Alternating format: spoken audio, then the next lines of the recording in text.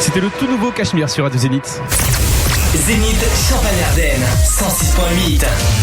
Zénith. Tous les dimanches. 19h. 20h. C'est le débrief. Avec Alex et Pif. Le débrief avec Alex et Pif est de retour avec toute la suite de nos conneries. Et j'ai oublié de le dire dans le sommaire, c'est notre avant-dernière émission. Je suis un petit peu triste, je vous l'avoue. C'était une année de dingue. On a passé une grosse année avec Pif et Magic qui nous a rejoint. C'était les 3 semaines de dingue. Notre invité Charles Hoffman, on le rappelle, des DJ producteurs. On aura ton interview en deuxième partie d'émission. Mais avant ça, on a une petite chronique de Pif sur Mohamed Ali, car on le rappelle, il est mort cette nuit. Voilà, c'est ça.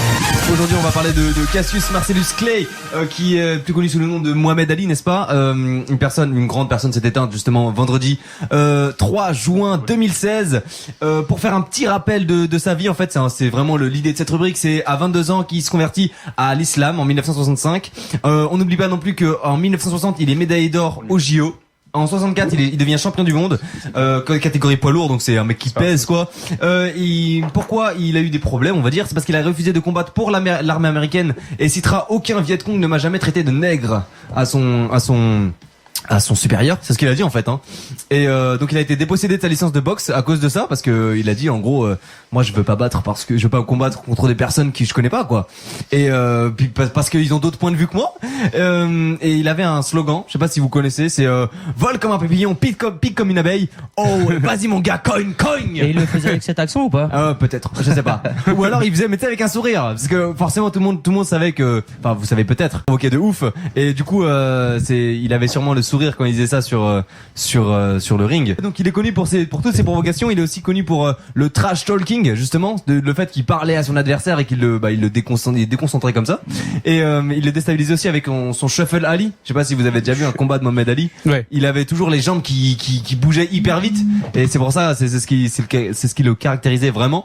Et c'était un grand sportif. En 99, il est nommé en tant que sportif du siècle. Et oui, Alex, c'est un peu le Michael Jackson de la boxe. C'est un peu ça. Il a aussi justement en 2005, il a la médaille présidentielle de la liberté, ce qui est aux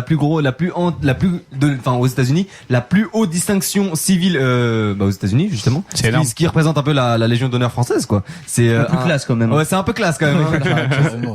Et puis il avait comme exemple Nelson Mandela, et j'ai écrit un petit truc vite fait pour justement ce grand sportif. Il a eu une vie incroyable, une mort historique, mais il restera une mémoire ineffaçable.